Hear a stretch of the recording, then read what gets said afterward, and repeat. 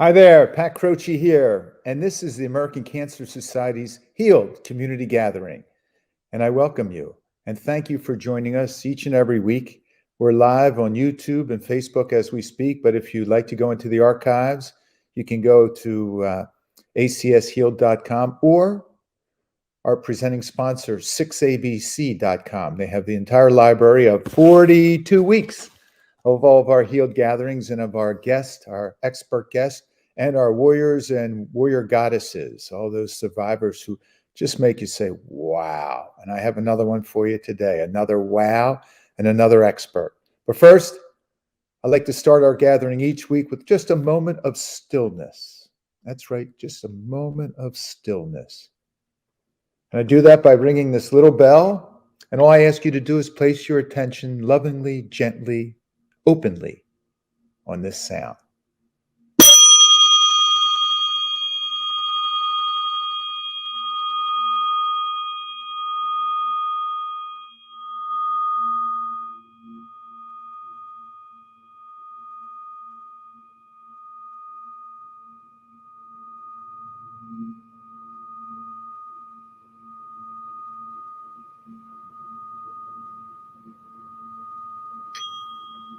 I love that bell. Thich Nhat Hanh, who recently died, a famous Vietnamese Buddhist monk, I think he was 94, 95. He was nominated for the Nobel Peace Prize by Martin Luther King Jr. after the Vietnam War. He says, when you ring the bell, to invite the bell. And then the bell invites you to this hour of presence. We leave the past where it is, and we come right into the present moment together. And our goal with the Healed Community Gathering, HEALED, is an acronym for health and energy through active living every day. And every one of those words is powerful. Health and energy through active living. We'll touch on active living today. Every day. No days off. Nope. Every day. And it is our intention to inspire you, to inform you, to educate you, and to encourage you not to suffer. And how do you not suffer? By coming into the present moment and getting yourself more healthy, in better harmony, body, mind, and spirit. And we'll be working on that today with you, starting with our first guest, Dr. Sandra Musial. Dr. Sandra Mutual is an MD who specializes in nutrition as a form of medicine and disease reversal. I couldn't say the word reversal. That's right. I think you're going to love Dr. Musial because any of you who have seen Dr. Jeannie Subak on, our nutritionist from Westchester State University, who comes on once every month, well, if you like her, you're going to love Dr. Musial. So, Doc, come on. Hi there. How are you doing? Thank you for joining us today. And you're coming in from where? I'm in Providence, Rhode Island. Ooh, how's the weather there right now? It's chilly. Yeah, we have it. I'm in Philadelphia, outside of Philadelphia. It's a little cold today, but we're supposed to get a little warm up later on today. It's bright and sunny, though. So what's that? It's bright and sunny. Oh, that's all. It's always sunny, right? It's always sunny on the inside. So, Dr. Musial, tell us why medicine, before we get to the nutritional part, why did medicine call you? I think, it all started just with a fascination of the body. And really, I had a lot of headaches as a child. And I was fascinated that you could take an aspirin and the pain would go away. And then I had an uncle. My dad's brother died of a heart attack at a very young age. And my father became very interested in preventing a heart attack himself and wondering why did his brother die at such a young age. So he started learning about food as medicine. And we cut out red meat as a family. We went off like full fat milk. And, he did what he could with the knowledge that we had at the time. And how old were you then? This was like junior high. Oh, wow. So I decided I wanted to pursue a career in nutrition. And I went to the University of New Hampshire, where they had a major in nutritional sciences. And I had pre-med on the back burner, not really sure if that's what I wanted to do. So I kind of did both pursuits until I graduated, and I still wasn't ready to go to med school at that time. So I went and looked what kinds of different jobs there were in nutrition. And I had a job interview at Deaconess Hospital in Boston to be a dietitian in the hospital. And I said, ugh, I don't want to do this. I want to be the person prescribing the diet or the person deciding what these patients should be eating. And so I decided to do some research. So for a couple of years, I did molecular biology research using fat cells, adipocytes, and actually it was cancer research looking at what turned genes on or off. And I just got really stimulated by all the knowledge that there was out there to learn about the body and what affects the body and the disease states. So I applied to med school. Wow. So where'd you go to med school? I went to UMass Med School in Worcester, Mass. And the entire time nutrition, now that was on the back burner. Right. You switched? Right. Big time. Because, in medical school, there's very little education in nutrition. I do remember a couple of lectures, but that was it. So nutrition was something that I pursued kind of on the side along with it. But medicine definitely took over, and you start going down this narrow path of, medical school, residency, get a job and the thing you did residency in. And so I chose pediatrics because I just love children. And I thought I could spend the rest of my life seeing children every day. I have a question. When you were in school, in medical school, and you have this vast knowledge of nutrition, practical, experiential, as well as educational through all your years and your family experiences, how much nutritional information was imparted on you by the professors in med school? Very little. Was there enough to help people, patients? No, it's completely inadequate. That's my feeling, and I didn't know, but from a vantage point of someone who really knows, you must be just shaking your head. Yeah. I mean, at the time, I just was trying to, I came from like children of immigrants. So I don't know, maybe I had like a low bar for myself, but I just wanted to not drop out of med school. Like I was thrilled to have gotten in. I grew up with my mom saying, if I said I wanted something, she always said, well, marry a doctor, marry a doctor. I wasn't raised to like, I'm thinking my mother's going to be watching this later. But it did motivate me to learn, like, I want to be the doctor. And so I remember thinking, I have all this nutritional knowledge in med school. I wasn't learning it, but it was giving me an edge. When we were tested on it or we expected to know it, I did have that background. Oh, no doubt, no doubt. So then with your pediatric degree in medicine, did you work at Children's Hospital? No, so after I went to Brown University's residency training program, that's how I ended up in Rhode Island. I fell in love with the state and the ocean and the beaches and the beautiful nature here. So I took a job in private practice, and for 13 years I worked seeing families and patients. And at the time I was having a family of my own, and I became very interested in breastfeeding and helping moms to breastfeed and realizing how important it is to try to make this shift away from this culture where formula is the norm to breastfeeding. So I became a lactation consultant and a breastfeeding liaison for the hospitals. We made our hospital baby friendly at the time, South County Hospital. And so that, and it went back to my nutrition roots of, this is where a healthy life starts, is with breastfeeding. And I feel like every baby should have that right if it's possible for the mom to breastfeed. And were you in private practice? I joined a private practice. There were 6 of us, yes. Gotcha. And it was 5 women and 1 man. And we, I tend, I think myself more than my partners, I found myself really focusing on nutrition, the breastfeeding, not only the breastfeeding, but like a really good diet for kids and imparting the importance of a healthy diet for children. And what would you say those basic parameters are? Well, I think they're very different now than what I thought then. Okay, now we're talking based on now. You're right, now. I think avoiding processed foods, I would say, would be the number one thing I would tell parents.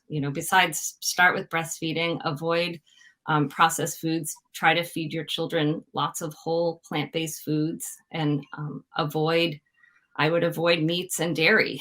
Um, I was And why is that? um, because I feel that the number one and two leading causes of death in this country are heart disease and cancer, and they're both fed by meat and dairy, and they're both prevented by lots of whole grain, nourishing, healing foods, all the fruits and vegetables, whole grains and beans, and so I think it's super important the sooner you start eating a primarily plant-based diet, as that study that just came out and has been highly publicized, you add decades to your life. And that's true? You do add decades? I believe so, and that's what the most recent study that came out, So showed. we can put it the other way, that if you eat meat, dairy products, processed foods, that you will take decades away from your life. True. Yeah, But and if nothing else, you'll decrease the quality of the life that you do live. Exactly. I call it compression of morbidity. It's a concept of normally when you eat a standardized Western diet with lots of processed foods, very little fruits and vegetables, and a lot of meat and dairy and sugary foods and refined flours and grains and carbs, that's the standard American diet. When you go along your life, and when you hit about 50, people start getting high blood pressure, high cholesterol, maybe a cancer diagnosis. And these are called morbidities. They're different things that have decreased the quality of someone's life and put them on medications. Maybe they need surgeries in and out of the hospital. So from the age of 50 to when you die, when you eat a standard American diet, abbreviated SAD, this morbidity is lengthened, elongated. With modern medicine, we have learned to extend life. So these morbidities still start around 50. People get high cholesterol, but their doc puts them on cholesterol lowering medicine so that their heart attack happens later rather than sooner. But this isn't improving the quality of, maybe a little bit, but you're still having this morbidity and meds, side effects from meds, surgeries, side effects from surgeries. The term compression of morbidity is if you start with a healthy lifestyle when you're born, ideally, and live an active life with very little stress or managing stress, healthy relationships, and a primarily whole food plant-based diet, you compress that morbidity into when you're 90 to 100, rather than starting at 50. When you're 50 and 60, you're active, you're running, you're enjoying life, you're climbing mountains, you're kayaking, you're not taking medications and not sleeping well and stressing out. And this is Dr. Mutual. This is exactly what Healed is about. Health and energy through active living every day. Now, it's not just for cancer survivors, it's for everyone, but we are all with the American Cancer Society and preaching what you're talking about, a plant-based diet, activity, because Dr. Erica Rees-Punia, who is doing the research, our Healed research, where the money that we raise at acshealed.com goes to down in Atlanta, she says that this was an amazing stat, that 3 out of every 4 cancer survivors don't get off the couch and do enough physical activity. Now, in your practice as an MD and as a nutritionist, do you see this? Do you see this inactivity in this obesity in the American population? Sure, it's an epidemic, and it's a crisis, and that's what really motivated me to switch out of pediatrics and into treating adults. So stay there. Let's stay there. When did that happen? When did this shift happen when you switched from pediatric to adults? I had one patient who came with me from my residency. She was a PICU nurse and she had a family, and very smart lady. And she came in once and I was doing my regular preaching of 3 glasses of milk a day. And she said, have you read the China study? My doctor told me to read it and she's telling me I shouldn't give milk to my children. And that was a turning point for me. I read the China study by T. Colin Campbell. And that's when the nutrition came back into my life. And I said, I need to study this because I didn't learn this in med school. And there is new information out there that I need to inform myself about. So I started reading a lot. I took the 6-week eCornell course on plant-based nutrition. And then I did a 1-year studied at the Institute for Integrative Nutrition in New York City. And I just was like hungry for more nutrition knowledge. And I switched from my private practice I went back to where I did my residency and became a professor at Brown University for the last 11 years, where I taught the residents. I thought I'd have more of an impact where I could teach about nutrition. I started a vegetable garden there to teach children how vegetables grow. And at the same time, I got board certified in obesity medicine. And that was a primarily adult program. So it was like, I would say it's 70-80% adult information that we were learning. And my partner and I was working at the hospital. We started a pediatric obesity clinic. And so in doing that, So one second. This is really interesting because all your old DNA is coming to the forefront now. Everything kept switching around till you found out your passions are something you're pursuing. This pediatric obesity clinic, can you define for us what is obesity? Well, in children, and in adults, we define it using a BMI, the body mass index, which is what a healthy weight for your height. But in children, they use percentages because it's ever changing as they grow taller. So let's stay with an adult for a second. Can an adult listening to us right now know that they've tilted the scales toward obesity by some simple measure?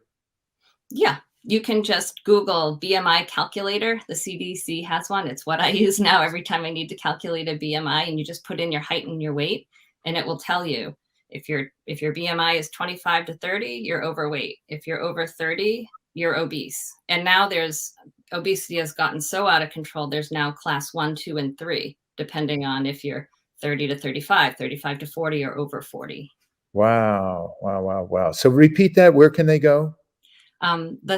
If you just Google BMI calculator, and there's lots of them, but I always choose the first one that pops up for me, which is the CDC's Center for Disease Control. I think this is important. People don't know what they don't know. They know the scale, but the scale doesn't tell them anything other than they weigh more than they did last year.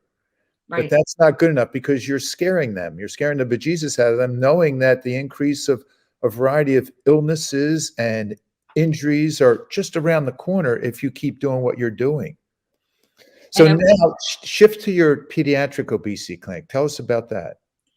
Well, it was an inner city clinic at the hospital, and it was kind of an internal clinic. So in the clinic where we worked with all the residents, they would refer their patients if they had an elevated BMI or even overweight.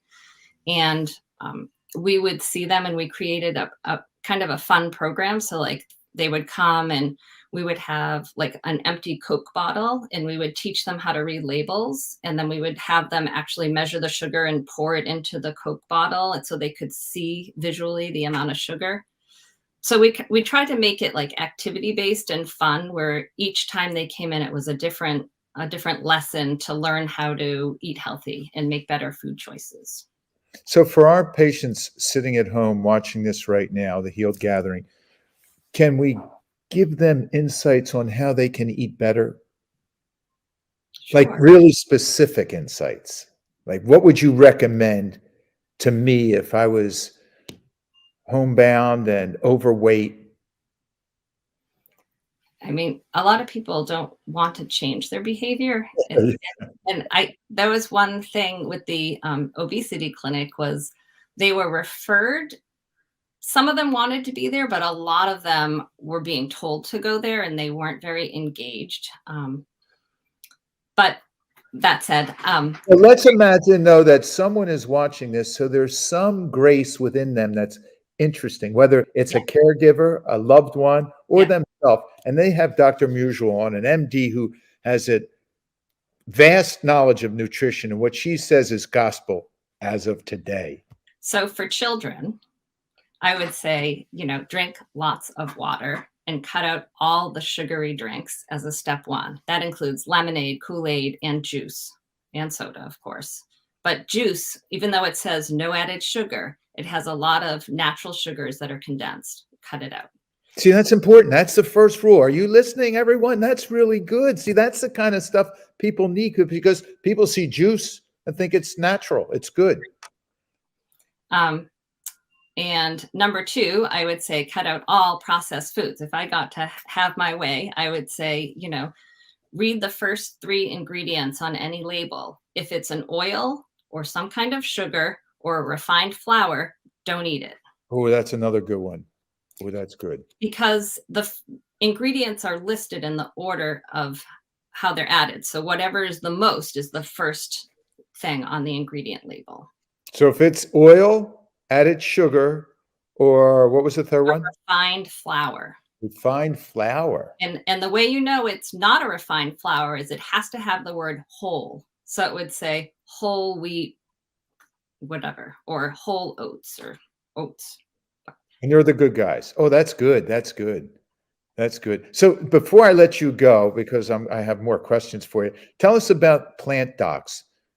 Sure. So in this, kind of revival of this nutrition that I was so passionate about, I realized what I really want to do is help adults reverse and prevent the most common chronic diseases, the obesity, heart disease, diabetes, autoimmune conditions, and cancers. All of them can be helped by eating a whole food plant-based diet. The more I researched it, the more powerful this information was coming at me. And I feel like people need to know. Doctors need to know so they can tell their patients, but patients need to know. And I decided I'm going to start this business to help people learn to transition to a whole food plant-based diet and to get the word out on the importance of this. And how do you do that? How do you transition? Yes. How does Plant Docs? Oh, so we have a month-long program called Jumpstart Your Health. And people come to me because they want to, they've heard about it, their doctor referred them. And we give them 4 different times where we meet with them once a week. The first and last one is educational, where we teach them how to meal plan, how to shop, how to read labels. The second and third one are cooking together classes over Zoom. So they cook in their house, we cook in our house, and we go through some basic whole food plant-based recipes. We do a breakfast, lunch, and a dinner each time.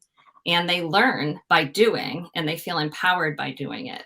And we do blood work before and after to assess for the change. And it's remarkable.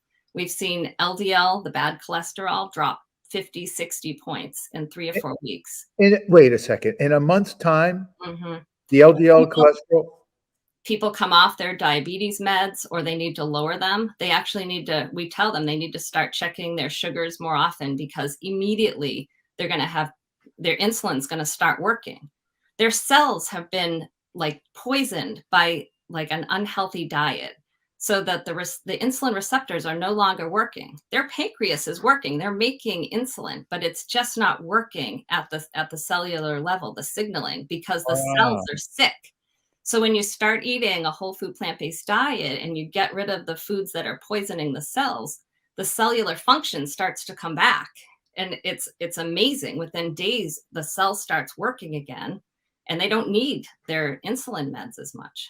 So those that come with you for the first month, do they come back? Because I would feel like if I saw those kind of results, I got to go back. I got to see this Dr. Stan Musial, Dr. Musial.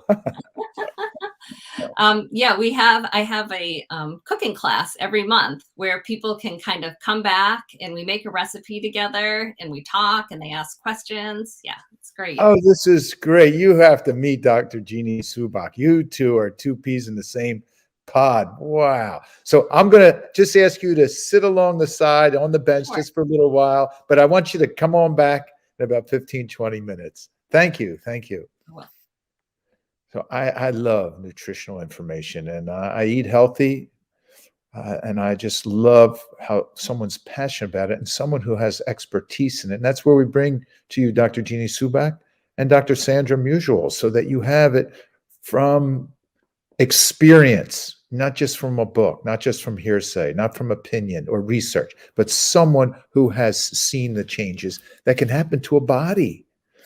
Our next guest, speaking of bodies, is an amazing athlete.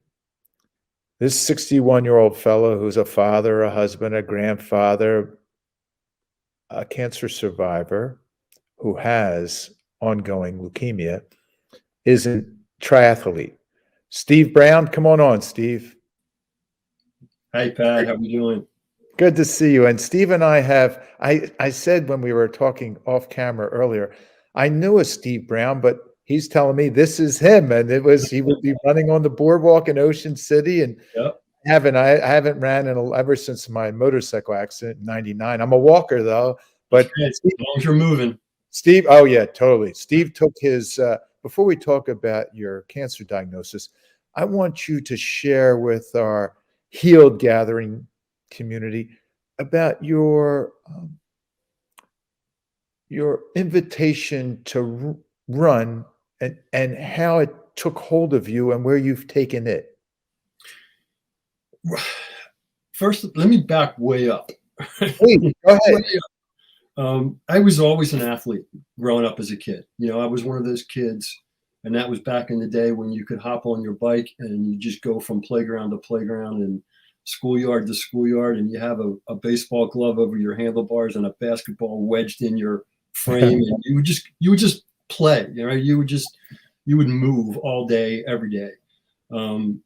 Got into school, got into organized sports. I played soccer, baseball, and basketball all throughout junior high and middle school. And then in college, went to college on a soccer scholarship. And that's where I found running to be not only a drill and a necessity to the sports that we're playing, but I found some therapeutic aspects of it as well. And it could have been where I was going to college, which is a very scenic area. Where's that? Cabrini University out near Villanova. Those grounds between Cabrini and Eastern are just so beautiful to run. And I started getting into running for different reasons.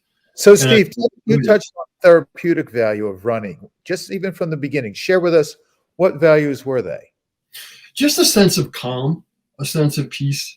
For me, any sense of mind clutter or stress or anxiety kind of completely dissipates when I'm moving, when I'm running, when I'm doing anything active. And I've realized that, going way back to my college days. And so that I think that planted the seed that running can be something more than just something your coach tells you to do. And then mid-20s is when I got into running road races and doing more and more running. And my races kind of, started with a 5K like most people. And then a 5K became a 10K, and a 10K became a 10 miler, and a 10 miler became a half marathon, and a half, and next thing you know, there's countless races under my belt, and I transitioned into triathlon and the Ironman, and had done. Share with everyone, Steve, exactly so a marathon, everyone, is 26.2 miles. Correct. A half marathon is half that, 13.1 miles. And Steve was saying that he's competed in both. And now an Ironman, tell them exactly what an Ironman is. An Ironman is a distance of a triathlon, right? It consists of a 2.4 mile swim, 112 mile bike, and then a full marathon, a 26.2 marathon. So let's say that again, a 2.4 mile. 2.4, 20. Well, it depends on the race. There's lots of different race formats and venues, and I have done ocean swims. I've done a lot of lake and river swims as well. But yeah, 2.4 miles in the water, 112 miles on the road on a bike, and then a marathon. And then a marathon. So the conversation amongst athletes is always very interesting when you transition off the bike and onto the run, and you're kind of, you're in a changing tent and you're shedding out of your bike clothes and you're getting your run gear on, and we all look at each other and say, all we have to do now is run a marathon. And the absurdity of that statement, sounds crazy for us to talk about today, but the reality, after you've survived the water and you survived 4, 5, 6 hours on the bike or whatever it took you, the fact that now it's only your feet and your heart and the pavement, there's fewer things that can go wrong, And so when were you diagnosed with cancer relative to your running career? Was it after the triathlons? I was knee deep in all of it. I had already had 20 some marathons under my belt and a whole bunch of Ironman triathlons and God knows how many other races. And then February 24th, 2006, I'm coming up on my 16-year anniversary. Congratulations. Thank you. I was starting to have some trouble swallowing, starting to have some issues. It started with certain foods, and then it became trouble swallowing liquids, and then it became just swallowing saliva. I was just having all kinds of trouble. So, we tried to nail down a cause with my doc and ended up seeing an ear, nose, and throat specialist who took one look in my mouth and said, "Oh my God, your tonsils, they're coming out." So at the tender age of 45 at the time, I'm scheduling a tonsillectomy, which I wasn't particularly keen on. But you do what you got to do. I figured if that's what it's going to take to get me back to normal, that's fine. And it was the pre-admission blood work for the tonsillectomy that you get the phone call and the surgeon says, "Mr. Brown, we have a problem with your blood work. Do you have an oncologist?" Oh, yeah, sure. Yeah, that's something that everyone has, So obviously that kind of rattled our cage a little bit. My wife was a nurse in the local healthcare network, so she kind of knew some names to some go-to people. Got in with a good practice, got the first available surgeon or oncologist, and then that was a series of CAT scans, PET scans, bone marrow biopsies, more blood work, X-rays, you name it. And then February 24th was a diagnosis of what we call chronic lymphocytic leukemia. And then what was the treatment plan?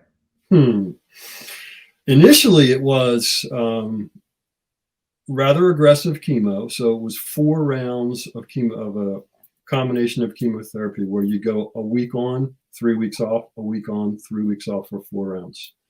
And then it was every 6 months, you go back for 1 week of one of those treatment drugs. And that kept me at bay. Understand it's a chronic condition. It's technically an incurable condition. So it is incurable. Yeah, today it is. Tomorrow it might not be. But I mean, I consider myself a survivor, not because I had a cancer. I had a tumor. They cut it out. They threw it away, and now I'm fine. And now I'm a survivor, right? Rather than that, I look at it as I live in the active state of surviving every day, right? This is something that I need to stay 2 steps ahead of constantly, and I do, right? So initially it was that treatment which kept me in remission for a number of years, but then it has crept back a number of times that I've needed different types of therapies over the last 16 years. All in, I've sat in the chemo chair about 54 times. Whoa. And done the full bore of infusions. The last 3 years, I've been on an oral targeted therapy drug, which has been really, really good for me. Yeah, I take it twice a day. Basically, I don't have any side effects. It keeps my blood work in check. For all intents and purposes, I feel disease-free, and my labs are trending that way as well. So I live with it, but it's like the beast that I keep locked away in the basement, and I try not to let it rear its ugly head too many times, but occasionally it just goes with the territory. Okay, Steve. So our poster child for healed now is you, among those survivors out there who are active lifestyle. How has your running endured during the chemo, during the setbacks, during the recurrences? I'm so glad you asked that, and I wish we had about 2 hours to talk about it. So in a nutshell, let me just explain to you, my oncologist had never treated a 45-year-old runner, triathlete, active person. He looked at me like I had 3 heads. And when we were explaining my lifestyle, his first reaction was, okay, maybe we need to give that stuff a rest for a little while until we get a handle on all this. And I looked at him and I looked at my wife, and I'm eyeing the door thinking, we need a different doc, because this is not my plan, Well, we talked through it, right? And I said, I explained to him the importance of what I do. I'm not just a recreational athlete. There's therapeutic value in what I do, and you take that away from me, and we're going to be dealing with other issues besides just chemo and leukemia. So we kind of met in the middle. He said, all right, but be smart. You're not going to be able to go out and run 10 miles every day. And I said, don't worry, I'm not going to want to, right? He said, listen to your body. On days that you feel strong, you have the green light to work out, but stay away from gyms. My immune system was shot. My immune system is still not great. Stay away from gyms, stay away from pools, try to exercise outside or at home when you want to exercise. But when your body says it's time to shut down, pull the plug and go home, right? Don't set unrealistic expectations. That said, I was bullhead enough to run home from some of my early chemo treatments because no, get out. So let me explain. First of all, and the area, but I know most of our other viewers don't. I was treated initially at Delaware County Hospital, right? So when I was done, I would lace up my sneakers and I would run Lansdowne Avenue to Garrett Road and get back down towards our house in Upper Darby, and it was maybe a mile and a half away. So it was nearby, and it was a death shuffle of a run, and my wife was usually trailing behind me with the flashers on, just to be sure. But psychologically and mentally, it made me feel in control, and it made me feel like I was doing something, and it made me feel I was playing mental imagery games, and I was picturing leukemia cells kind of falling off of my body while I was running, and I'm kicking them into the storm grates along the way. And it psychologically, it had a huge impact on me. And we had school-age daughters at the time, and that was explaining this whole process to them was a little, I don't know, unnerving for me to have to tell them that their Ironman invincible dad was going to battle something like this. So part of it was, let me send a message to everybody, loved ones, kids, that if I'm still doing this and I'm running home from chemo, then I must be okay, And that so it was a big aha moment for me. Wow, you've taken healed and injected steroids into it. But I have to ask you, could you swim or bike, or was it just running that you did? Well, I could, but out of respect for what my doctor told me, which I totally bought into, I wanted to stay away from pools. Well, I wondered. That's why I wanted to ask, because your oncologist said, stay away from gyms.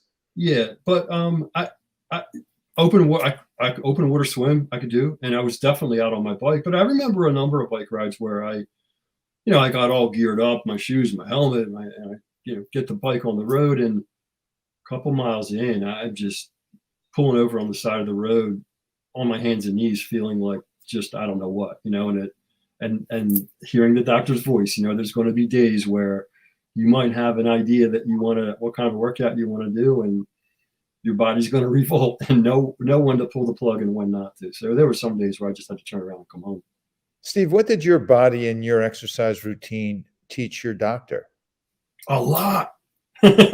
So when you hear this, today, right? Well, let me go back. A couple of years ago, I went in for my routine appointment, and we do it every 3 months. We draw blood, we check values, and we have a great conversation about what's new in the world of oncology and leukemia and so on and so forth. He says to me this one visit, he says, I have a bone to pick with you. I have a real problem with you. And that's the first thing he said.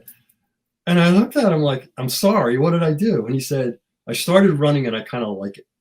Oh, that's great. And what is your oncologist's name? Dr. Stephen Shore. Okay, might as well give him some kudos. Yeah. So now that's a big part of our conversation when we meet. And my next appointment is March 3rd. We'll check blood levels. We'll inevitably talk about how are your runs going? How are your runs going? What are you doing when you do this? What are you doing? Are you wearing a mask when you run? You know what I mean? Like it's taken our relationship to a whole new level. I've become an educated patient and patient advocate, and he's become, I lured him over to the dark side a little bit, and he's become much more, mobile. I think he was always a tennis player and a softball player, but he's become a runner. He might not call himself a runner, but he's become a runner. Steve, what has it taught your doctor relative to cancer or leukemia and being active, being fit? You must see the data. Yeah. I think it speaks volumes. I think he realizes the importance of staying active. I think the key thing that he probably took away was, don't initially throw the panic flag on activity, right? Like he wanted to do with me. He wanted to say, let's give that stuff a rest. I think we realized there's a common playing field that we can try to figure out what's going to be right for each person. Now, he won't have all of the fitness answers, but at least he'll know to be able to say, if you want to remain active, you should be talking to a coach or a fitness expert, or and he can greenlight certain things where it wouldn't surprise me that if before we had met, he may not have been so inclined to do so. That's good. Steve, now I know you've written 5 books. Have you journaled the past 16 years that became inculcated and became these books?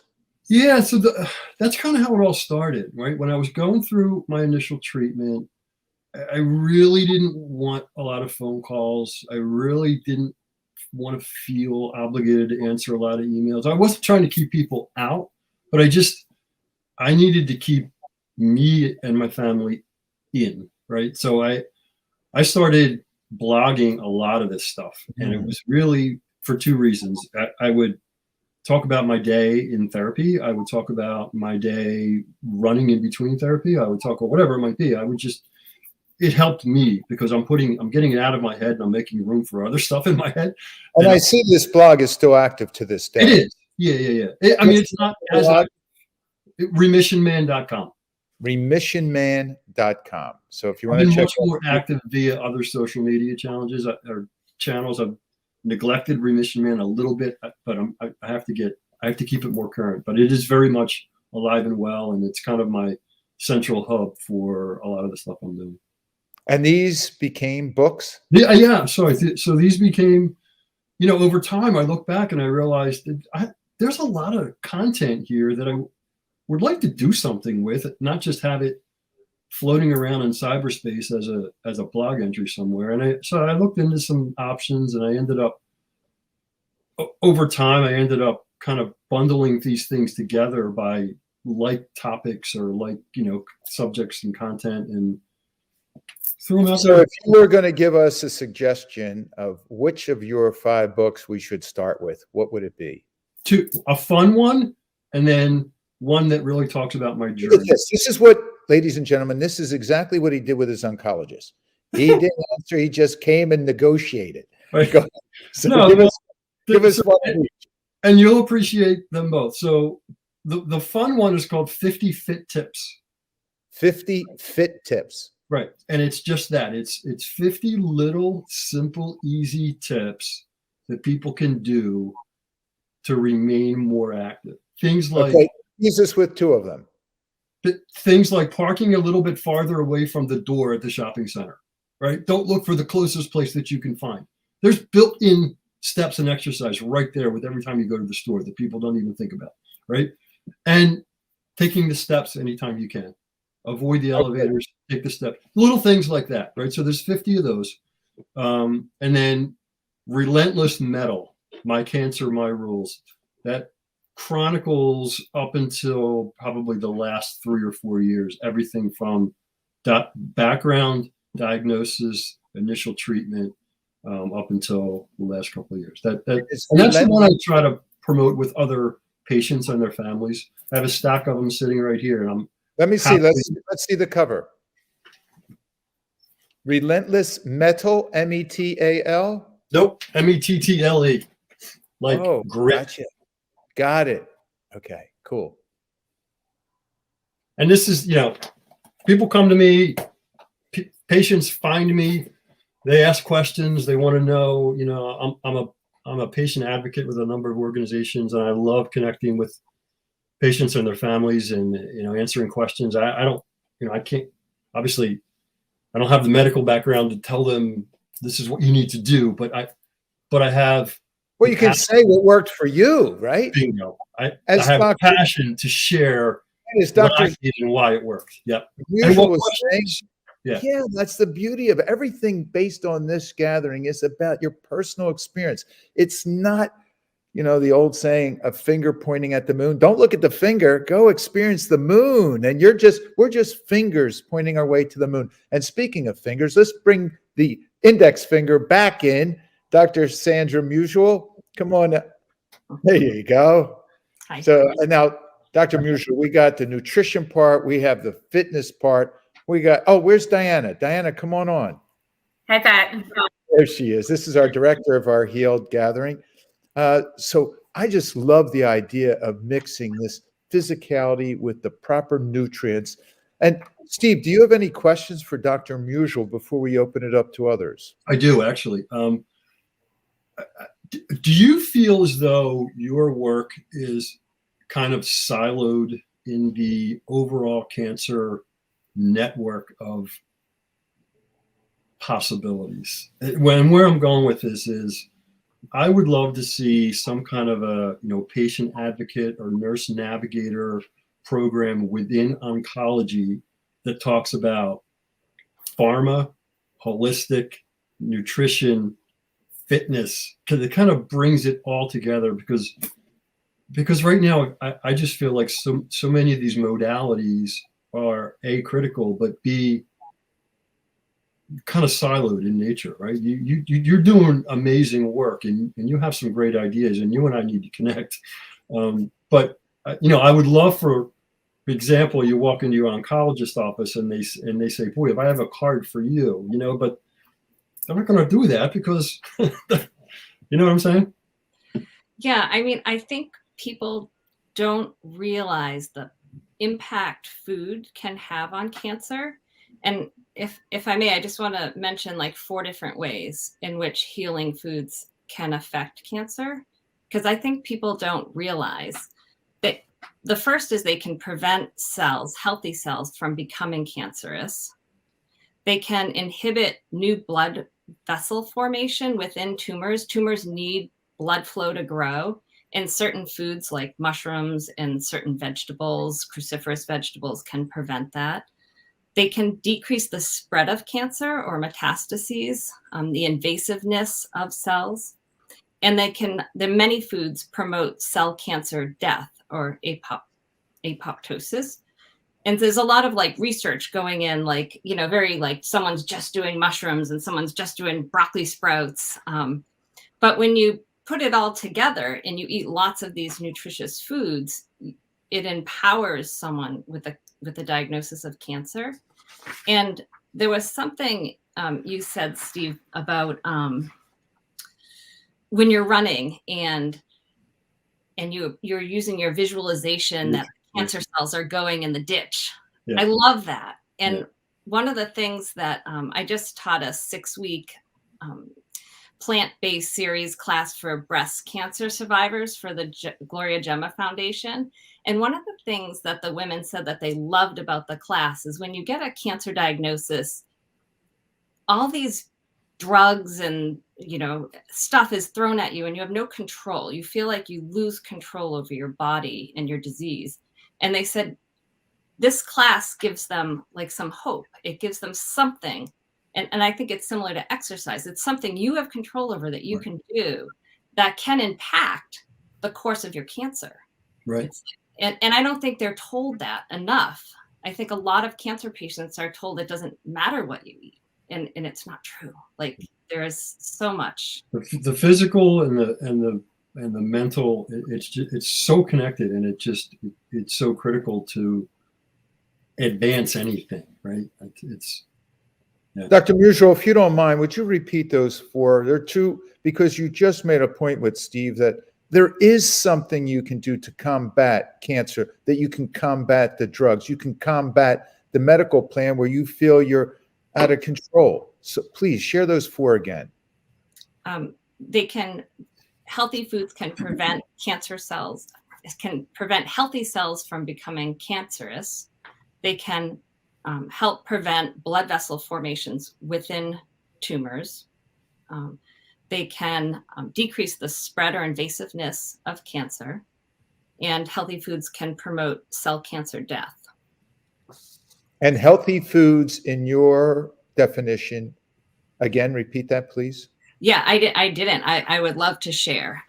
So each week in my class, I shared a different, in the research that was done, like what is the most powerful foods for cancer? So I did all this research, and this is what I came up with. Okay, I got my pen out. Leafy greens and vegetables that are dark in color have all kinds of phytonutrients and anti-cancer power, including sea vegetables and herbs.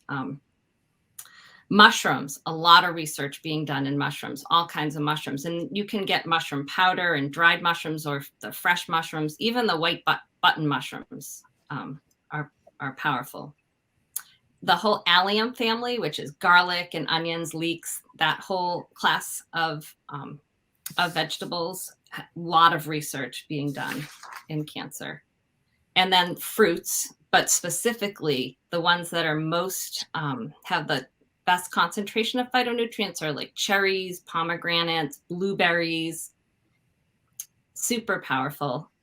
Tomatoes, which are kind of a fruit, they have lycopene when they're cooked, very powerful, and citrus fruits.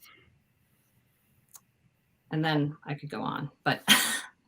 Oh, that's good. No, that's great. I love it. Diana, questions for either Dr. Musial or Steve Brown? Yes. So Dr. Musial, as someone who I do eat a whole food plant-based diet, one of the biggest questions I get from people or advice I get from people about why I shouldn't do it is you'll never get enough protein. So what are your thoughts and advice for folks, especially athletes who, definitely want to have adequate protein to fuel themselves through their workouts and post recovery? What is your advice on getting protein on a whole food? You can get all the protein you need on a whole food plant-based diet if you're eating a healthy whole food plant-based diet. And I think a lot of people, that say, oh, I don't want to eat animals and become vegan, are eating white pasta and white bread, and they might be eating vegetables, but they're not getting the protein that they need. So it is important to be educated. Whole grains are an important part of a whole food plant-based diet, and getting rid of all the refined grains that just break down into sugar so rapidly. So things like buckwheat, barley, farro, brown rice, these need to be part of a daily diet. And then the highest protein plant-based foods are some processed foods like seitan and tofu and tempeh. But the beans, legumes are a super important part of a whole food plant-based diet and need to be eaten more than once a day in order to get the protein. And there's even some protein in vegetables and fruits, which is, kind of a very important part of a whole food plant-based diet. Wonderful. But you don't need to count the protein. Like a lot of people are worried, where do you get your protein? And if you're eating the proper way, and one resource I guide people to is Dr. Greger's Daily Dozen app. Oh, we know this one. Yeah. I love it because if you really look at it and use it as a guide, you will get enough protein without having to count. You have the dozen right in front of you? right in here. Go ahead, say them, because this is Dr. Jeannie Subak's Daily Dozen. So go ahead, please say them. Yeah. I was going to actually look it up because I don't want to misrepresent him, but it's free too on your phone. But it's, so I already mentioned like the 3 grains that you need to have a day and 3 servings of legumes. And then he breaks down fruits and vegetables into like 5 different categories. And in total, it's 9 servings of fruits and vegetables per day, but it includes a serving of berries plus 3 other servings of fruit other than the berries, a serving of, make sure you get your leafy greens in every day and your cruciferous vegetable, plus I think it's 3 other servings of vegetables. So in total, that's 9 fruits and vegetables. One of his daily dozen is enough fluid and hydration, like 5, I think he says, I forget the total. I think it comes out to 60 ounces total in a day. But that includes things like water or hibiscus tea. Green tea has a lot of powerful anti-cancer agents in it. And even coffee, there's good research that the molecules in coffee are. Yes, amen. But unfortunately, not alcohol isn't kind of having very many health benefits. So that does not count.